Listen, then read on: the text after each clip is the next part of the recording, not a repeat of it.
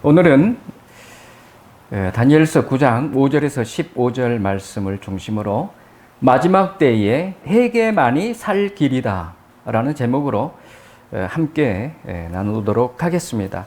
우리가 지난 시간에 다니엘서 9장 1절에서 4절 말씀으로 마지막 때에 복이 있는 자라는 제목으로 함께 나누었죠. 계시록 1장 3절을 기준으로 한다고 하면은 예언의 말씀을 읽는 자, 그 다음에 듣는 자, 그리고 그 가운데 기록된 것을 지키는 자가 마지막 때에 복이 있는 자다. 이렇게 지난 시간에 나누었습니다. 다니엘은 지속적으로 기도를 해온 사람이었고 9장에 와서 기도할 때 하나님이 말씀으로 응답해 주셨죠.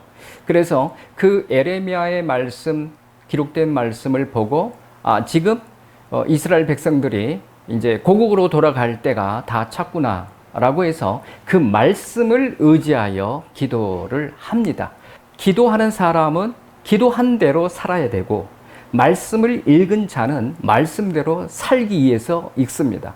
그런데 그 말씀대로 살아내는 것 중에 가장 하나님이 원하시는 것은 언약 백성으로 삼았기 때문에 언약을 지키는 그 삶을 하나님은 원하신다. 그래서 다니엘이 9장 4절에 보면은 언약의 하나님을 의지해서 기도하는 장면을 봅니다.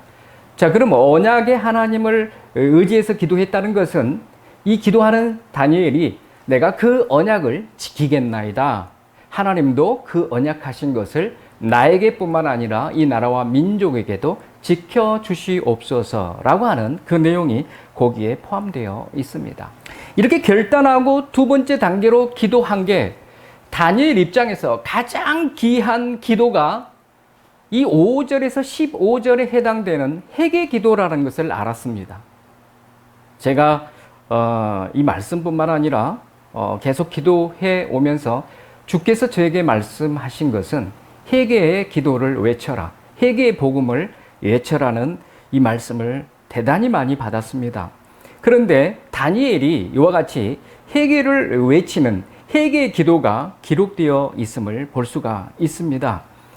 특별히 오늘 말씀 가운데 제가 마지막 부분에 서서평 선교사님의 예화를 좀 나누면서 우리가 이 천국에 들어가기 위해서는 어떻게 살아야 하고 마지막 때의 회개가 이렇게도 중요하다라는 것을 이 서서평 선교사님의 예화를 가지고 제가 나눠보도록 하겠습니다. 이와 같이 우리 성도들에게 가장 중요한 것은 기도와 말씀이죠.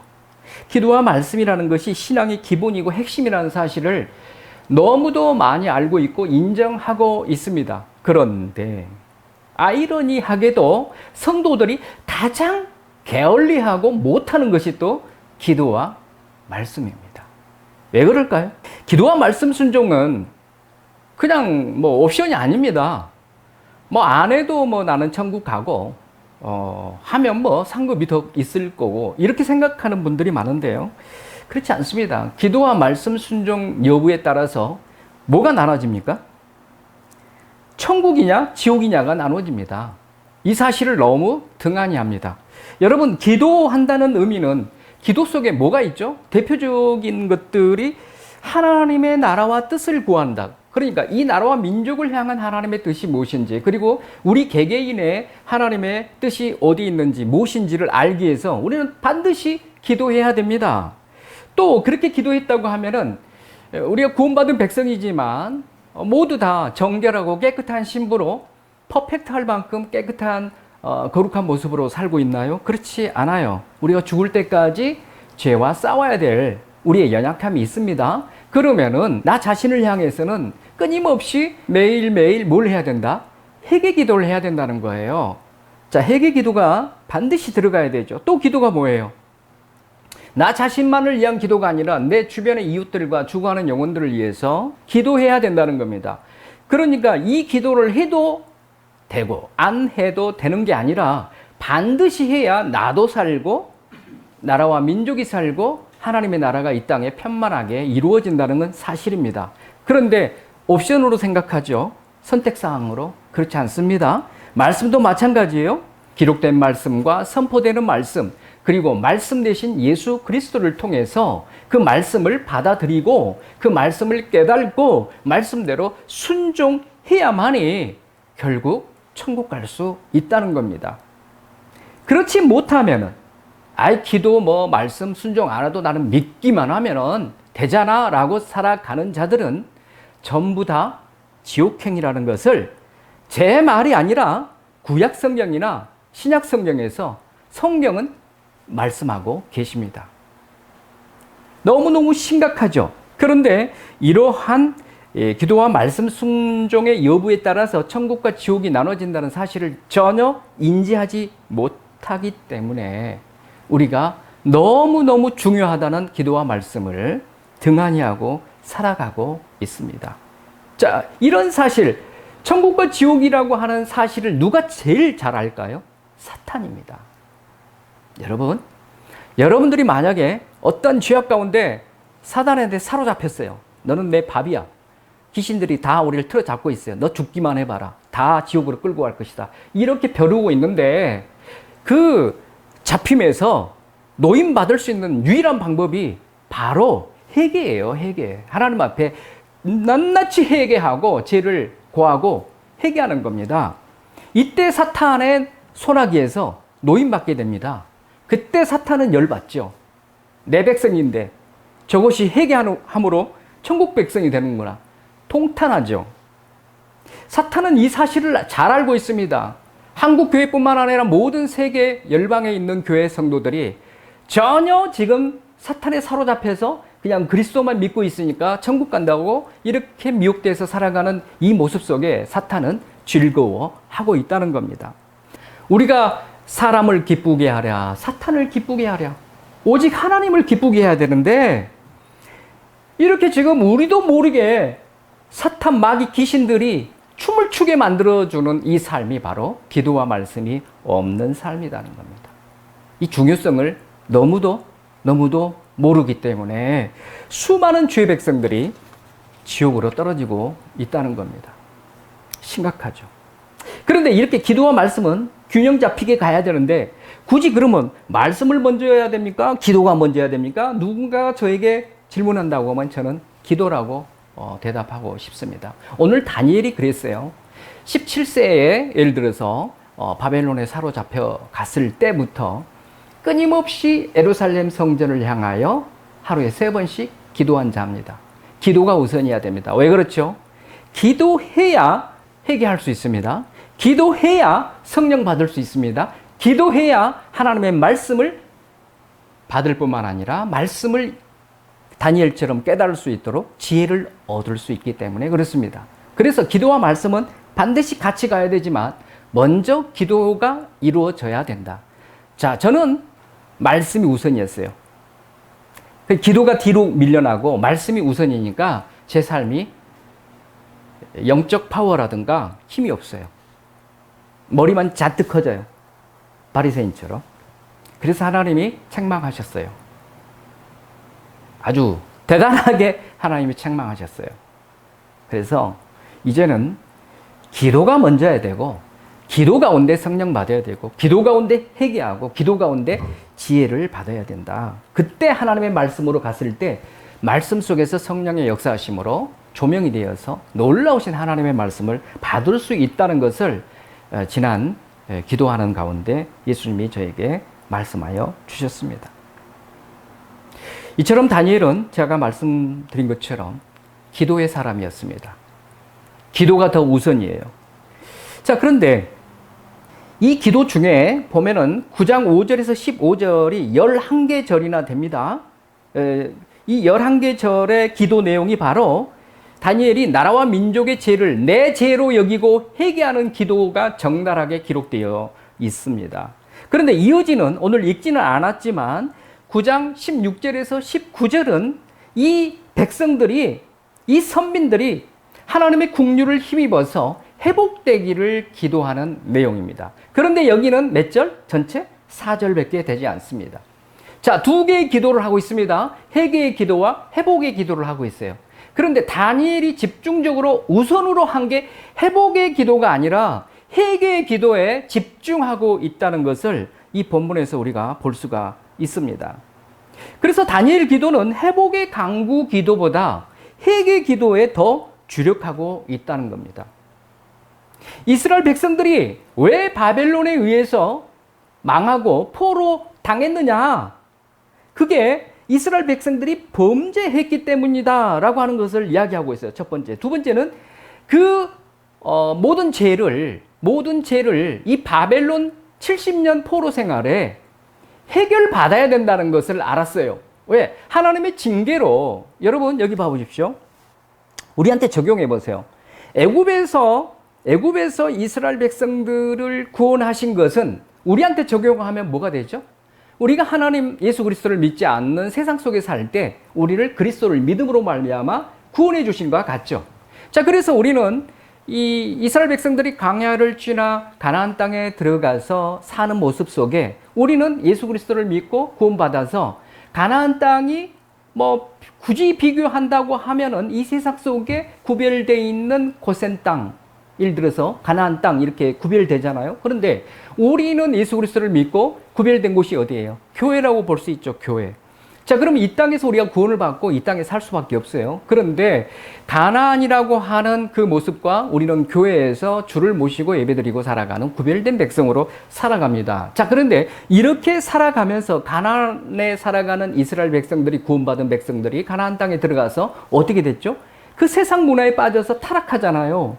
그러면 우리도 마찬가지죠. 구원받은 백성이지만 우리가 죽을 때까지 살아가면서 교회에서 예배드리고 살아가지만 신앙생활하지만 이 세상에 물들어서 타락할 수 있다. 자, 그러면은 이스라엘 백성들은 가나안의 그 죄악에 물들어서 떨어졌을 때 하나님의 징계로 바벨론이라고 하는 연단의 용광로에 들어간 겁니다. 자, 그러면 우리는 어떻게 겠어요? 우리가 이 땅에 살아갈 때 죄악 가운데 있으면은 비록 예수 그리스도를 믿고 구원받은 백성이지만 우리에게 뭔가가 오겠죠. 바벨론과 같은 것이 오겠죠. 그게 하나님의 징계의 그 모습으로 올 겁니다. 자, 그러면 우리가 징계받은 가운데 육체적으로나 가정적으로나 여러 가지로 문제가 발생되고 고통이 임할 수가 있습니다. 자, 그러면은 이 이스라엘 백성들은 바벨론 땅에 가서 70년 동안 포로 생활을 하면서 뭘 느꼈어야 되냐면은 우리가 하나님 앞에 구원받아서 가나안 땅에서 살다가 우리가 죄악으로 말미암아 하나님의 징계로 우리가 이 바벨론 땅에 하나님의 징계로 와 있구나. 자, 그러면은 이 징계에서 벗어나기 위해서 다시 우리의 땅 예루살렘 성으로 가기 위해서는 우리의 죄가 무엇인가를 알아야 되고 그 죄를 그 바벨론 땅에서 다 제거해야 되겠구나. 이거를 결단했어야 됩니다. 그런데 이거를 지금 70년이 다 차서 고국으로 돌아갈 시점이 됐는데도 안 하고 있어요. 그러니까 다니엘은 이걸 알고 있었어요.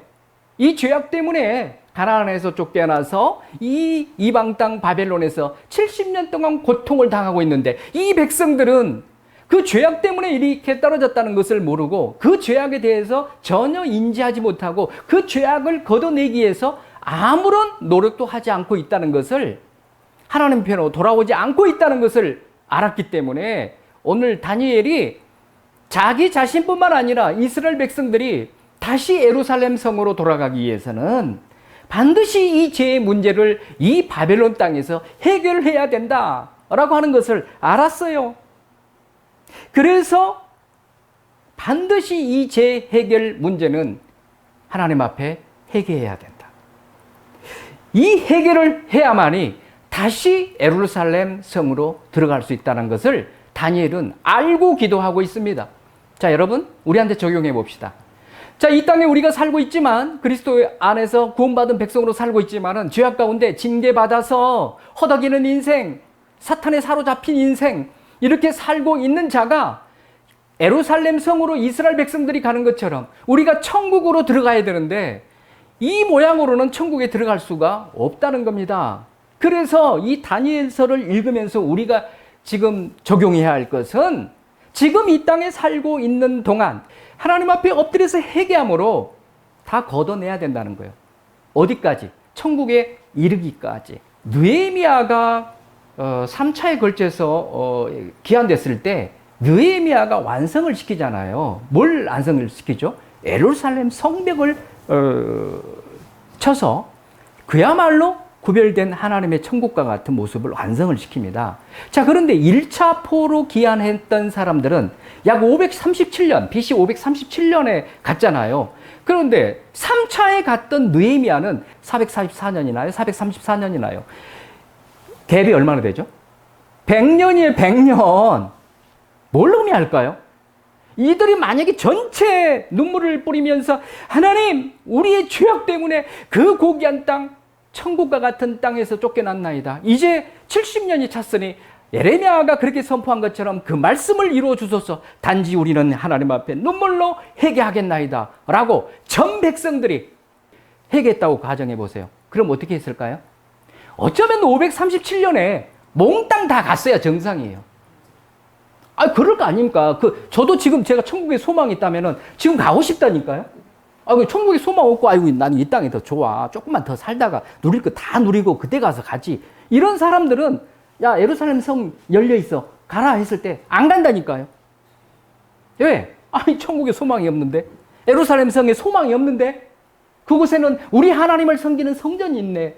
우리 하나님과 영원히 살 수 있네. 이런 마음이 없는데요. 누가 가고 싶겠어요? 이 땅이 좋사오니 하고 바벨론에서 이제 터전도 잡고 집도 그럴싸하게 짓고 자녀들도 잘 자라니 아이고 이제 살만 나네 여기. 아이고 예루살렘 성 아니어도 괜찮구만. 이러다가 안 간 사람이 100년 후에 간 거예요. 그러다 100년 안에 다 죽은 사람도 있어요. 성에 들어가지 못하고. 앞에 간 사람들처럼 그 천국에 소망이 있었다면은 아니 이 땅에 뭐 내 집이 있든지 뭐 땅이 있든지 그건 무슨 소용이 있습니까? 우리 하나님이 계시는 곳, 우리 하나님께 마음껏 찬양하고 예배할 수 있는 곳, 그곳이 있다네. 나는 그곳을 향해 가겠네. 이런 마음, 신앙적으로 하나님을 사랑하고 경외하는 자라면요, 이 땅의 집, 바벨론에 있는 집, 땅, 포도원이 무슨 소용이 있겠습니까? 여러분, 지금 살아가는 우리 성도들이 천국에 가고 싶은 마음이 없어 하지. 전혀 천국을 그리워하지도 않아. 내 집이라네. 내 사랑하는 예수님이 그곳에 계시니 나는 주님과 함께 세마포 옷을 입고 주님과 영원히 살겠나이다. 이런 뜨거움이 없으니까 아이고 나 병 안 걸리고 좀 한 100세까지 살아야 돼야. 응? 좀 잘 살아야지. 야, 이거 진짜 제가 이 말씀 묵상하면서요 가슴이 너무 아팠어요. 내가 이러면 안 되지. 나도 이러면 안 되지. 나 하나님 아직 거지같이 살아도 좋아요. 나는 하나님 한 분이면은 우리 예수님 한 분만 있으면은 저는 너무너무 만족하는 그런 신앙 주십시오. 자, 본문으로 들어가서 그러면은 아까 제가 이 그 5절에서 15절은요. 한 번만 기도해도 되는데 다니엘이 3번, 3차에 걸쳐서 회개 기도한다니까요. 1차가 5절에서 8절. 그게 1차 기도예요. 2차가 9절에서 12절. 3차가 13절에서 15절. 물론 여기에는 그 징계, 하나님의 징계도 있고 어떤 하나님을 의지했는가 다니엘이 의지한 하나님도 기록되어 있습니다. 자, 한번 봅시다. 그러면은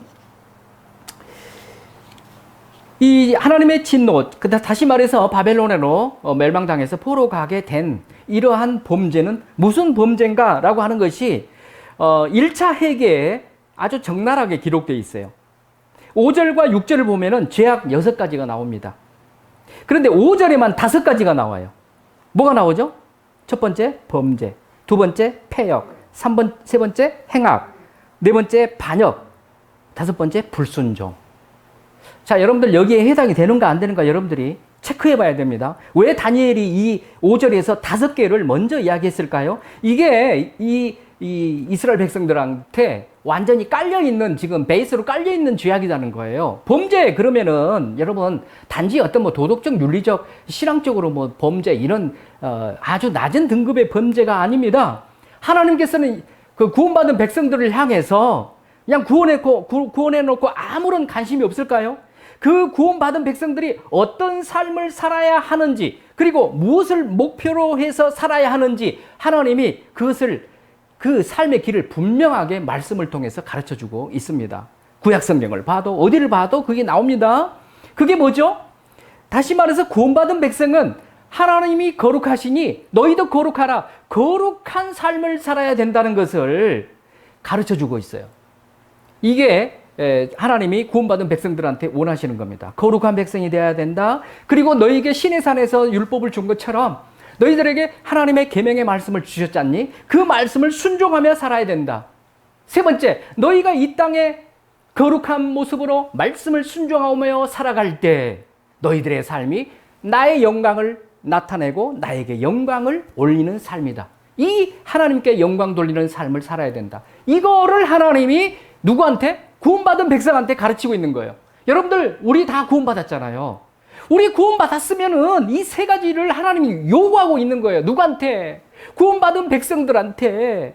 거룩한 삶을 살아라. 하나님의 말씀에 순종하며 살아라. 그리고 하나님의 영광을 위해 살아라. 하나님을 기쁘시게 하는 이 삶을 살라고 말씀하시는데, 이 이스라엘 백성들이 이 세 가지를 했습니까? 안 했습니까?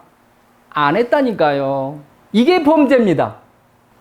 두 번째 폐역이 뭡니까? 인간의 내적 상태를 말하는 겁니다. 아까 세 번째 나오는 행악은 인간의 외적 상태예요.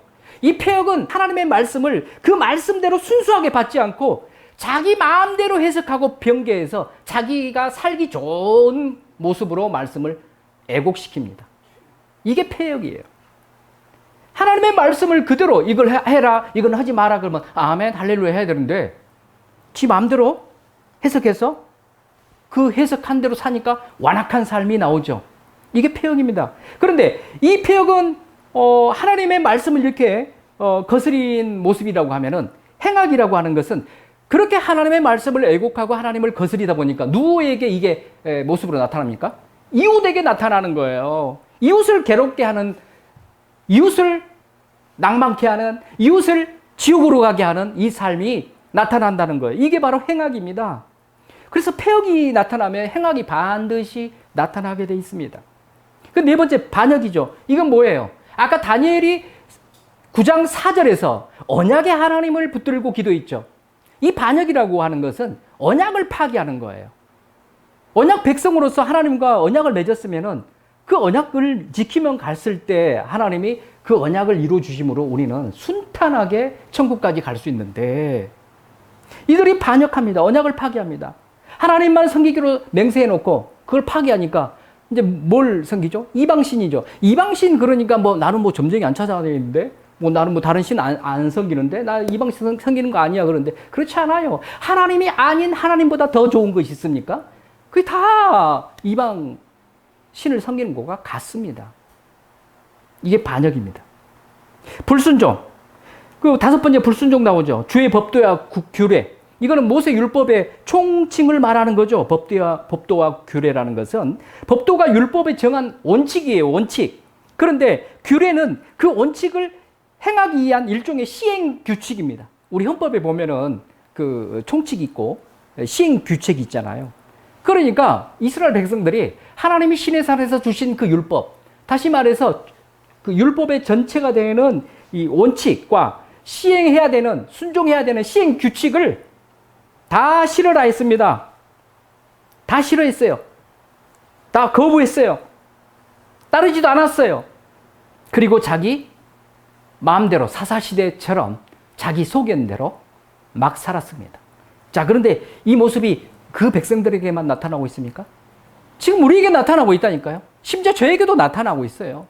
이걸 성경에서 잘 나타내는 인물이 누구예요? 요나예요. 요나. 얼마나 고통당합니까? 그렇게 해가지고 결국은 뱃속에서, 물고기 뱃속에서 해계에서 요나도 천국은 갔지요. 자, 이 다섯 가지가, 먼저 다니엘이 왜 이 다섯 가지를 5절에서 낱낱이 이야기할까요? 이스라엘 백성들이, 그 폐역한 이스라엘 백성들이 바벨론에 와서도 이것을 못 고치고 있다는 사실입니다. 그리고 6절에는 이제 율법이 아니라 선지자들이 이야기했던 것도 다 거절하는 모습이 나옵니다. 이들은 어떤 선지자가 무슨 이야기를 했을 때 거의 선지자들은 죄를 책망했습니다. 그리고 회개를 촉구했습니다. 그러니까 듣기 싫은 거예요. 너희들은 이 죄악이 있다. 이 죄악으로부터 반드시 회개해라. 이러니까 지금 만약에 큰 교회에서 한 1만 명 되는 큰 교회에서 담임 목사님이 여러분들은 죄인입니다. 여러분들의 죄는 이것입니다. 반드시 회개하십시오. 회개하지 않는 이상은 지옥행입니다. 이렇게 이야기해 보세요. 자, 그러면 1만 명 중에 아멘 할렐루야 하나님 내가 죄인입니다. 이런 사람이 몇 명 있을까요? 아니 우리 목사님은 잘 나가다 뭔 갑자기 회개를 촉구하고 책망하고 난리다냐. 이렇게 완악한 마음으로 받는 성도들이요, 허당할 것입니다. 여러분한테 한번 적용해 보세요. 어떤 목사님이 설교를 하는데 당신들은 이러한 죄악 때문에 반드시 회개하지 않냐면 지옥에 떨어질 수밖에 없습니다. 회개하십시오 라고 이렇게 설교했을 때 아멘! 제 마음이, 여러분들의 마음이 아멘! 하고 회개가 바로 터지면 여러분들 진짜 천국행입니다. 목사님들도 문제예요. 죄를 지적하지 않아요. 지금 현대를 살아가는 목사님들이. 자기 성도들이 죄악 가운데 빠져서 허덕이고 있는데 나오라! 죄악에서 나오라 하고 회개시키고 천국 보내기 위해서 내가 이 교회에서 잘리면 잘린다 생각하고 오직 하나님을 향해서만 외쳐야 되는데 눈치 보고 있어요. 그러니까 전부 지옥으로 지금 떨어지게 만들고 있어요. 이게 지금 우리 한국 교회만 그럴 것 같아요? 그렇지 않습니다. 그러니까 모든 성도들이 회개와는 담 쌓고 살아가고 있어요. 이게 1차 회개에서 율법을 행하지 아니하고 선지자의 말을 거역하고 이거를 지금 다니엘이 이야기하고 있습니다. 2차 회개는 10절에서 11절에 잘 나와 있어요. 그런데 이 10절에서 11절 내용이 아까 5절과 6절이 똑같은 내용입니다. 율법을 거부하고 듣지 않고 순종하지 않았다는 거죠. 행치 않고 하나님의 말씀 자체를 싫어했다는 거예요. 거부하고 싫어했다는 거예요.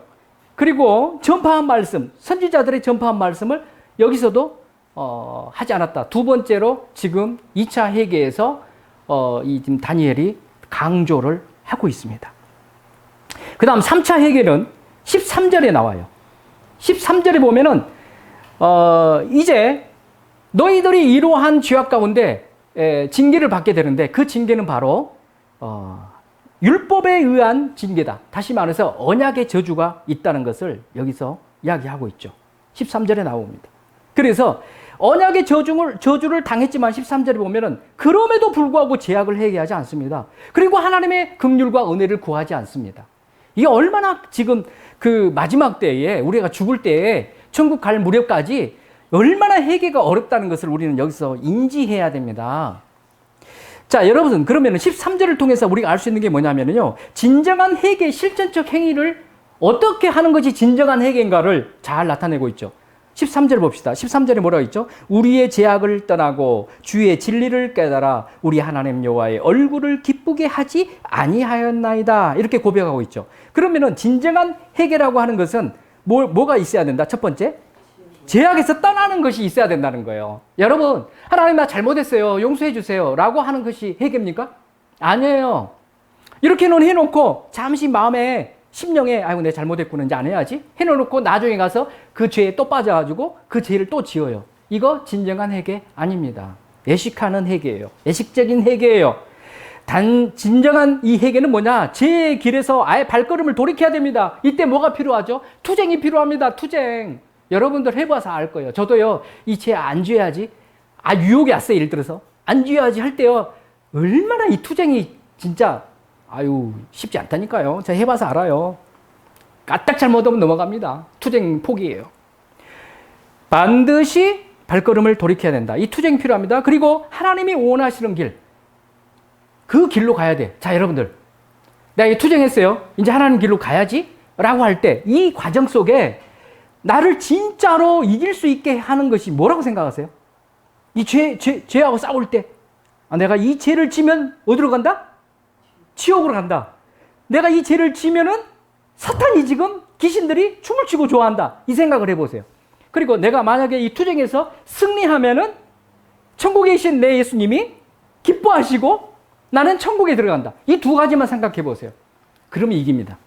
이것도 안 생각하니까 내가 이 죄 지고 있을 때 사탄이 즐거워하고 예수님은 가슴 치고 있다. 이런 마음이 없으니까 투쟁하다가 넘어가 버려요. 그런데 진짜 이걸 안다고 하면은요, 절대 안 넘어갑니다. 왜? 가슴이 아픈데? 예수님이 가슴 치고 아파하시는데? 내가 천국 못 가야 된다? 저 더럽고 추한 지옥에서 끊임없이 고통을 당해야 된다? 이게 생각하면요, 정신이 번쩍 든다니까, 진짜로. 여러분들, 그래서 천국 지옥의 복음이 너무너무 이 마지막 때에 중요합니다. 두 번째가 뭐예요? 주의 진리를 구하고 깨달아야 된다. 자, 죄를 회개했습니까? 돌이켰습니까? 이제는 죄를 회개했으니까 나는 이제 이길 수 있어가 아닙니다. 이길 수 있는 것은 주의 말씀으로 돌아가야 돼요. 진리의 말씀으로 돌아가서 지혜의 말씀을, 그 진리의 말씀을 깨달아야 됩니다. 그 진리의 말씀을 다시 또 깨달지 못하면 다시 또 죄로 떨어집니다. 그래서 진리의 말씀으로 나아가서 하나님의 말씀을 통하여 나를 향하신 하나님의 뜻이 무엇인지, 하나님이 나를 무엇을 하라고 이렇게 힘을 주고 계시는지, 내가 가야 할 방향, 내가 이루어야 할 이 마지막 죽을 때까지 감당해야 할 사명과 사역은 무엇인가를 깨달았을 때 여러분들은 그거 감당하니라고 죄 지을 시간이 없습니다. 그래서 어디로 가야 된다? 말씀으로 가야 됩니다. 그 다음 세 번째가 뭐예요? 여호와의 얼굴을 기쁘시게 하는 삶입니다. 우리를 창조하신 목적이 뭡니까? 지으신 목적이 뭡니까? 하나님을 기쁘시게 하고 하나님께 영광 돌리게 하시기 위한 것입니다. 앞에서 죄를 돌이키고 또 말씀으로 돌아가서 말씀대로 순종해서 이겨냈을 때 우리의 삶 그 자체가 하나님께 영광을 돌려드리는 거고 하나님의 얼굴에 기쁨을 나타내게 하는 참으로 하나님 기뻐하는 종의 삶이 된다는 것입니다. 이것이 이러한 변화가 이 세 가지 변화가 있을 때 회개의 완성입니다. 그리고 죄 용서의 궁극적인 목표입니다. 하나님이 왜 죄를 용서하시겠어요? 이 삶을 사라고. 이 삶을 우리가 살고 있을 때 우리가 회개의 완성이 된다는 것입니다. 자, 마무리하겠습니다. 서두에서 서서평 선교사님에 관한 내용을 마무리하면서 나누겠습니다. 그게 14절입니다. 14절. 여러분들 나중에 읽어보세요. 14절. 회개할 기회를 주시는 하나님이세요. 저는 이 14절 때문에 정말 가슴 깊이 찬양하고 눈물이 났어요. 14절 보세요. 그러므로 여호와께서 이 재앙을 간직하여 두셨다가가 중요하죠. 우리에게 내리게 하셨사오니. 야, 여기서 여러분 뭘 느낄 수 있어요? 저는 이 대목 때문에 이 서서평 선교사님을 제가 예하로 삼게 되었고 제가 너무너무 눈물을 흘리며 감사했어요. 왜 그렇죠? 보세요. 지금 재앙이 떨어져야 될 상황이에요. 그런데 하나님이 머뭇거리고 있다는 거예요. 왜? 계속 회개하라고 기회를 주고 계시는 거예요. 나는 너무너무 감사해. 이게 너무너무 감사해요. 하나님이 계속 기회를 주시면서 참고 계시는 거예요. 어쩌면 예수님이 지금 재림하셔야 되는데 지금 때가 다 됐는데도 머뭇거리고 계실 가능성이 큽니다. 너무 많은 사람들이 지옥 가니까 한 사람이라도 회개하기를. 이 회개할 기회를 주시는 우리 하나님. 너무너무 저는 이 말씀 준비하면서 찬양 많이 했습니다. 사랑합니다, 하나님. 나 같은 죄인을 살리시기 위하여 끊임없이 이렇게 기회를 주고 계시네요. 하나님의 회개의 영을 저에게 부어주셔서 날마다 깨끗하게 씻음받는 나의 삶이 되게 하여 주소서. 이 기도를 얼마나 많이 하는지 몰라요. 자, 여러분, 조선의 작은 예수 서서평이라고 하는 책, 우리 장경환 목사님이 우리 기독교 한국 감리의 교단에다가 필독서로 요약해서 올려놓으셨는데 제가 그걸 이제 편집하면서 다 읽었어요. 이 서서평은 원래 한국 사람이 아니에요. 엘리자베스 요한나 쇼핑이라고. 그러니까 엘리자베스 요한나 쇼핑. 그러니까 E.J. 셰핑이에요. 셰핑이라는 단어를 좀 더 우리나라 말로 가까이 하니까 서평. 서평으로 하면 되겠네. 이렇게 했어요. 그런데 이 서평의 이름에 제가 한자를 다 찾아봤어요. 제가 이건 해석한 겁니다. 여러분. 서서평이라는 이름을 제가 해석했어요. 그 한자를 중심으로. 이게 어떻게 해석이 되냐면은 조선의 온 땅의 백성들, 남녀노소 할 것 없이 조선의 온 땅의 백성들이 예수 그리스도의 복음이 널리 그들에게 전파되어 자유와 평등으로 평온하게 되기를 원합니다. 이런 뜻이 이 한자를 하나하나 해석하잖아요. 성부터 이렇게 나와요. 이건 제가 해석한 겁니다. 어쩌면 이렇게 해석했지 않을까. 이 서자, 평자가 이렇게 널리 편만하게 펴진다, 평온해진다는 뜻이 다 있어요. 그래서 이렇게 멋지게 지었네. 혼자 그렇게 생각했습니다. 어찌됐건 이 요한나 셰핑이라고 하는 이 서서평 선교사님은 1880년에서 1934년 단 54세에 돌아가셨어요. 자, 그런데 이분은 독일계 미국인입니다. 그래서 이 복음에 대한 열정이 너무너무 많았어요. 그래서 한국에 와서 나는 선교사로 사역을 해야겠다고, 자, 선교사로 갈 사람 이렇게 저요 해가지고 온 사람이 서서평입니다. 근데 그때 미혼이었어요, 미혼. 젊은 나이죠. 1912년에 조선에 들어와서 의료 선교사로 들어오게 됩니다. 그 미혼 몸으로 와서 간호사로 활동하는데 전라도 강주 지역을 거점으로 선교사 사명을 감당합니다. 그래서 미혼모, 고아, 그 다음에 한센인, 노숙인, 가난한 자, 병든 자 모든 사람들을 돌보기 시작합니다. 그리고 이뿐만 아니라 14명의 그 어린아이들, 갈 데 없는 애들을 양자로 받아들입니다. 그리고 38명의 가부들을 다 돌봐요. 그리고 제주도까지 복음 전파 사역을 하러 갑니다. 근데 결국은 54세의 나이로 병에 걸려 죽게 됩니다. 이 54세 죽을 때 남은 것이 뭐가 있는가, 이거 읽으면서 제가 정말 가슴 아팠어요. 담요 반장, 한 장도 아니야, 담요 반장. 그리고 깡냉이 가루 2홉. 아이고 참. 동전 7개. 이게 전 재산이었어요. 눈물 납니다.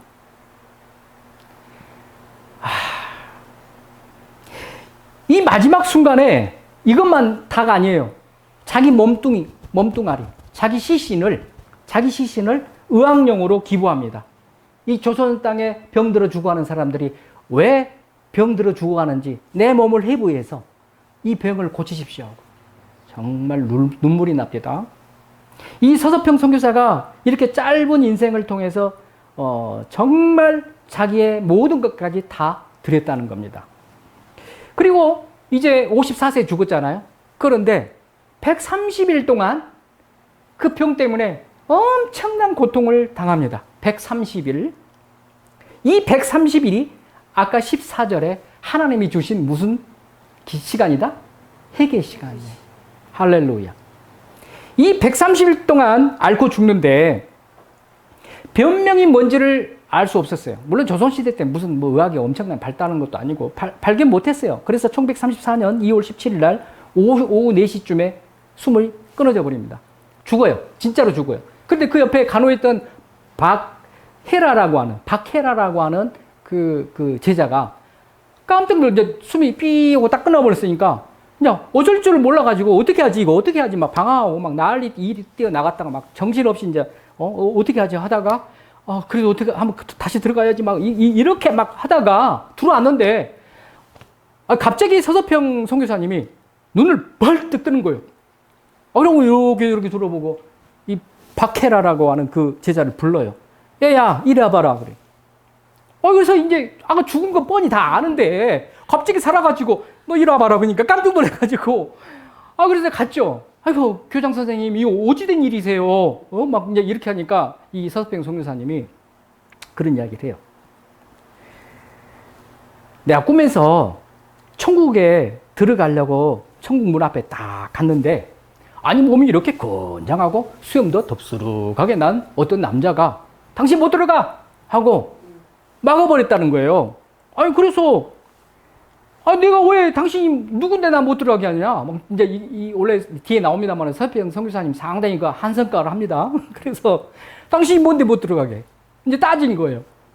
그래서 나 베드로야. 나 베드로야. 근데 넌 못 들어가. 당신 못 들어가. 그냥. 아니 사람 잘못 본 거 아니에요? 베드로님 사람 잘못 본 거 아니에요? 나 어떻게 살다 온 거 아시잖아요. 그래 안다. 너 한국 땅에서 왔잖아. 너 서서평이잖아. 예. 근데 왜 내가 못 들어가요? 막 따지고 그 한판 싸운 거예요. 근데 베드로가 뭐라고 했냐면은 너 그 성급한 성질 가지고 고치지 않고 너 여기 천국만 못 들어가. 그러니까 그 성질머리 아주 그냥 고약한 성질머리 그것 때문에 너 때문에 상처받은 자들이 너무 많고 네가 너무너무 잘한다고 생각했지만 너 잘못한 거 많아. 그래서 그거 다 해결하지 않으면은 천국 못 가. 이렇게 해서 막은 거예요. 그래서 이제 자기도 자기를 아니까 예 알겠습니다 하고 이제 베드로만 보고 내려왔어요. 그래고 눈 펄떡 떼어가지고 부른 거예요. 그래서 이제 자기가 누우면서 눈물 흘리면서 그래 온유한 자는 복이 있나니 천국이 저희 것이며 이 말씀이 생각나니까 하나님 하고 이제 내가 천국 들어갈 들어가지 못하는 이 성질머리 때문에 내가 못 들어가고 다시 쫓겨 내려왔네요. 하고 130일 동안 탄식합니다. 나는 이 130일이 너무너무 중요하다고 봐요. 그래서 이 천국에 들어갈 수 없다는 것을 알고, 이제 이 130일 동안 내가 지금 당하고 있는 이 고통이 하나님이 본인을 해결시키고 천국에 들어오게 하시기 위한 놀라우신 하나님의 사랑이고 기회라는 것을 알았어요. 그래서 너무너무 감사하면서 그 130일의 고통이 내가 예수님이 십자가에서 당한 그 고통의 10,000분의 1이라도 체험할 수 있게끔 그 130을 주셨구나. 이걸 깨달았어요. 이거 얼마나 현명합니까? 저 도전됐어요. 그래서 그러면 내가 예수님의 그 고통을 10,000분의 1이라도 당해야 되기 때문에 지금부터는 마취제나 마취약을 절대 나한테 투여하지 마라. 오직 나는 하나님의 뜻이 어디에 있는지 그것을 알기를 원하노라. 그리고 회개하기를 원하노라. 이렇게 하고 다 끊어버렸어요. 통증이 있어도 이제 필요 없어. 그래가지고 이제 회개만 오직 회개할 뿐이구나 하고 회개합니다. 그리고 뭐라고 회개하는가 제가 읽어드릴게요. 하나님, 저는 성질이 급하여 많은 형제 자매들의 마음을 상하게 했습니다. 나만 잘 믿는 줄 알고 자만심이 강하여 하나님의 자녀를 함부로 정죄했습니다. 간호사로 있으면서 인내심이 없다고 그 환자를 향하여 책망하여 그 환자의 마음을 아프게 한 일이 너무도 많습니다. 하나님 아버지, 나에게 긍휼을 베풀어 주소서. 하나님의 나라에 들어가는데 지장이 없도록 하나님 주의 피로, 주님의 거룩하신 그 피로 이 죄인을 씻어주시고 모든 죄를 사하여 주시옵소서. 그 회개가 터지니까 두 번째 나온 게 감사했어요. 감사 기도예요. 첫째 감사 기도가 뭐냐면은 하나님의 무한하신 사랑을 깨닫게 해주시니 감사합니다. 하나님의 나라에 들어가기 위해 죄 씻음을 받을 수 있는 기회를 주셔서 감사합니다. 세 번째, 주님의 고난을 이렇게 체험할 수 있도록 허락해 주신 130일이 감사합니다. 완전한 천국 백성으로 삼기 위하여 연단 주신 것 감사합니다. 간호사로 남의 아픔을 무감각하게 했던 잘못된 이 내 모습 회개케 해주시니 감사합니다. 그리고 한국 백성이 베풀어 주신 사랑에 감사합니다. 그리고 내 몸을 의학 연구로 제공할 수 있도록 이러한 명예를 주셔서 감사합니다. 결국은 자기 몸뚱아리, 아까 제가 말씀드린 것처럼 바로 숨이 끊어지자마자 장기기증과 시신기증을 해서 자기 같은 병으로 죽지 않게 해달라고 마지막 유언을 하면서 이렇게 이야기하고 천국에 갔습니다. 사나 죽으나 주님이 한 몸이 오니 죽더라도 오직 주님이 죽게 하여 주시옵소서. 아멘. 우리 로마서에 나오죠. 살아도 주를 위해서 살고 죽어도 주를 위해서 죽게 하시옵소서. 나 그렇게 죽기를 원합니다. 자, 우리 죽을 때 이 서석평 선교사님처럼 죽읍시다. 자, 여러분, 우리는 어떻습니까? 서석평 선교사님보다 더 훌륭하고 멋진 신앙생활 하고 계십니까? 질문.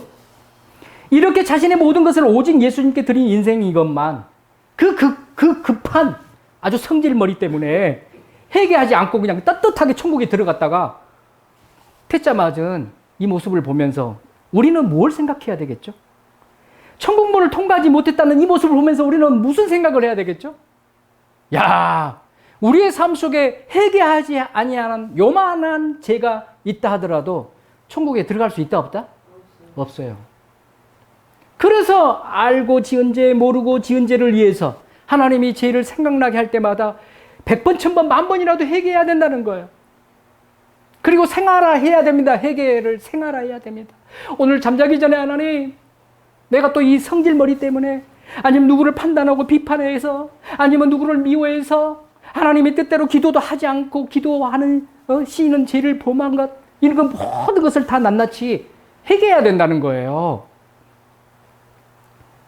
그래서 이 정말 130일이라고 하는 이 기간이 이분한테만 준 게 아니라 우리 여러분들이 잘 아시는 조영기 목사님, 고인이시지만 하영조 목사님, 그리고 오카노 목사님, 다 질병을 당했습니다.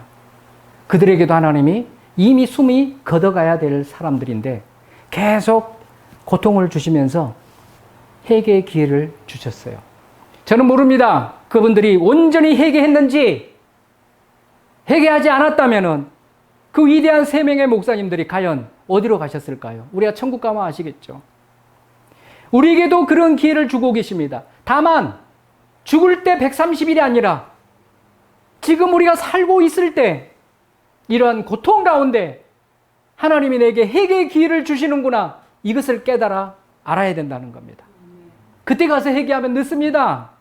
회개가 안 된다니까요. 아까 우리 본문에서 봤잖아요. 회개가 안 된다니까. 지금부터 회개의 생활을 해야 그때도 주여 하고 이렇게 회개할 수 있지, 안 하던 회개, 전혀 회개하지 않은 백성이 130일 아니라 히스기야처럼 15년을 줘도 회개하지 않을 겁니다.